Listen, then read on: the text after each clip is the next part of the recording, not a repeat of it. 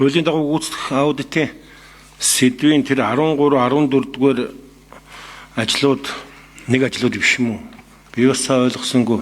Тэр 13, 14 та нарын хардаа тэр газрын тосны салбарт бүтээгдэхүүн байх гэрээтэй холбоотой тэр нэг заалтууд байна шүү дээ. Энэ хоёр юугаараа ялгаатай юм гэдэг нэгдүгээр асуулт.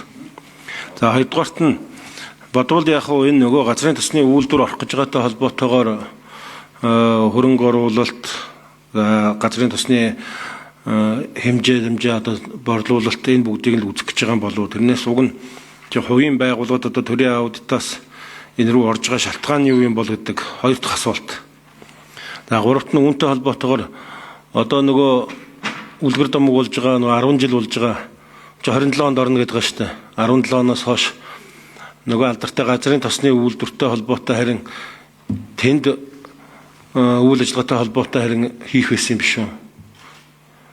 Та нар энэ чиглэлээр ер нь аудитаас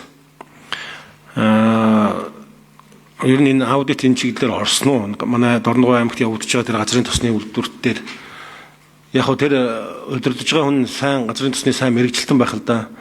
Сайн инженер байх тэр Германд өгсөн юм билээ. Гэхдээ тэр том төслийн удирдах ур чадвар нь дутаад ах шүү байгаа. Дээрээс нь тэр төслийн менежмент чих өөр ойлголт шүү дээ.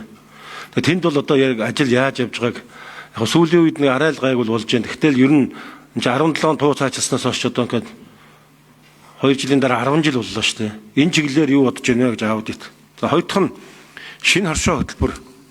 Энэ бол яг одоо энэ ловер дээр н аудит нэг зөрөгтэйхэн аудит хийх болсон. 848 тэрбум баг их найз шахуу төгрөг одоо гарчаад байна шүү дээ. Уг нь энэгээр баг тусгай хууль гаргаад хөдөө аж ахуй хоршоолын банк байгуулсан бол өдөрт хамаагүй үр дүнтэй байх байсан. Энэ шинэ хоршоолын чиглэлээр аудит ямар ажил явуулж байгаа вэ гэж. Гуравдугаар нь түрүүнд өөрөө чи яран тэр аудитын харин шийдвэр гүйцэтгэлтэй холбоотой аль байгуулагч энэ өмнө байгаагүй юм уу? Ерөөсөө тэр гүйцэтгэлдээ хяналт тавьдгүй байсан гэсэн үг үү? Тэгээд хэдэн оноос хойш гэж би хальт сонсчихсан нэг 2-3 мянган шийдвэр одоо хүртэл хэрэгжээг болтой юм ярьчих. Тэрийг нэг тодруулах юм. За сүүлийн асуулт нь Уржигдрийн ардс намын бүлэг дээр төрийн албаны зөвлөлийн мэдээллийг сонссон. Тэгээд тэр төрийн албаны зөвлөл дээр яригдчихсан асуудал юу гэхээр энэ зарим хууль байгууллагууд ялангуяа хуулийн байгууллагууд одоо бүр хууль захиалагчид хуулиа лоббидж хагаад хууль гаргуулж байгаа төсөв оронтойгоо нэмдэг асуудал гарлаа гэж. Энэ чиглэлээр одоо аудит дээр анхаарч ажиллаж байгаа юм байна уу? За энэ дөрвөн асуулт. За 5 номер. Ганбаатар гишүүний асуултанд хариулъя. За олон асуулт би товчхон шиг хариулаад явъя. За нэгдүгээр нь 13, 14 дугаар сэдэв бол газрын тосны тухай хууль, хоёр хууль байдаг. Энэ хуулиар заавал одоо манайхыг нөгөө аудит хийж энэ санхүүгийн тайлан гүйцэтгэлд нэгтгэхээр ингээ орцсон ийм хууль, хоёр ийм хуулийн залттай. Нэг нь бол хайгуул байгаа. Нөгөөх нь ашиглалт байгаа. Тэгээ ингээд хоёр сэдвэн тусдаа хуульчлагдсан байдаг учраас бид нар жил болгоны энэ нөгөө хуулийн хийх сэдвт орж ирдэг.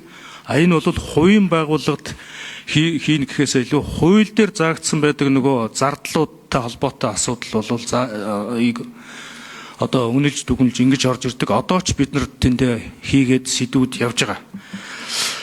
За хоёрдугаарт энэ газрын тосны үйлдвэрийн чиглэлээр бид нар бол энэ жилийнхаа сэдвт одоогоор бол оруулж ирэх байна. 27 онд ашиглалтанд орно гэсэн ийм юутай байгаа юм билээ.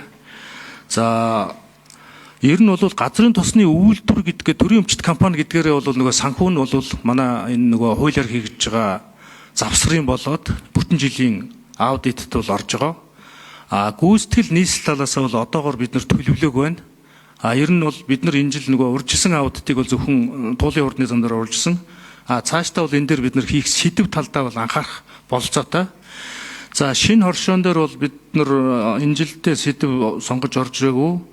За нөгөө юу төлөх зээл төлөлтийн хугацаа нь бол арай болоогүй байгаа юм байна гэсэн ийм мэдээлэлтэй байна. Тэгээд энийг бол одоо хөдөө аж ахуй яам холбогдох юуных нь хүрээнд бид нар энэ одоо завсрын аудит юугаараа нэг үзчихэд тэгээд тэрнээсээ харж агаад болъё гэсэн ийм байдлаар бол орхисон байж байгаа.